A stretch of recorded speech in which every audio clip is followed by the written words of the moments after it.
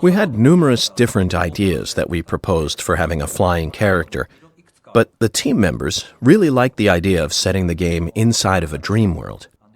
Once we decided to go with a dream world, what we wanted to do was something that wouldn't just be some kind of fantastical dream, but more representative of actual dreams that people might have at night. I read a lot of books and other literature about dreams and the deep psyche in order to learn how to faithfully create an actual dream. There are a lot of books out there by experts. The primary foundation I used was the work of Carl Jung, but I referenced the works of several people who had done proper scientific research on the topic of dreams in order to construct the dream world and also the characters that appear in those dreams. Because of this, I could hear about people's dreams and go, "Oh, that means such and such."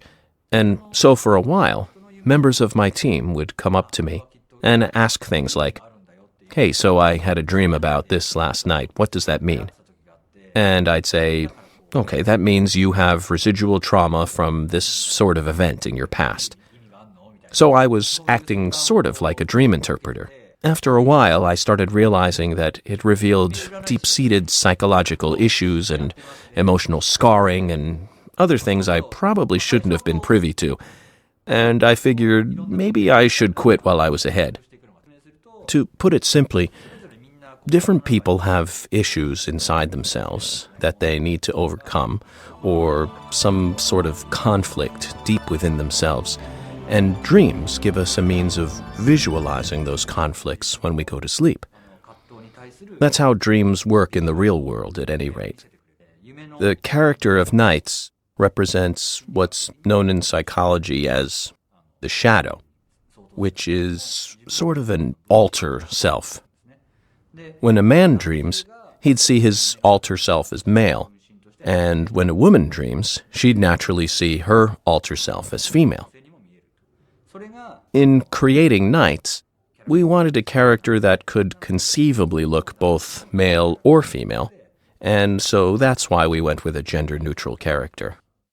When the Nights project was still in its initial phases, the team we had was made up of people who had been working on Sonic titles, where he's running all the time, and we'd already decided from the outset that we were going to make a flying game. So now we have this game, which in English you'd call a platform action game.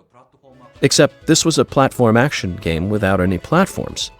So we had to figure out how exactly we'd even be able to do that. We came up with dozens of different rules and concepts for what sort of thing the character would be able to do in a game like this, but so we ended up in a situation where we were constantly going, well, how about this? How about this? And then we'd try it out and it wouldn't work. There was a lot of trial and error involved. The biggest thing for me was wanting to create a game world for Nights that would be as close as possible to bringing out the feel of an actual dream world. That's one of the things I like most about Nights, is the fact that, as far as I can think of, Nights might be the only game character that a person could ever actually really meet. I really like the idea that fans might look forward to the chance of possibly meeting the real Nights whenever they go to sleep at night.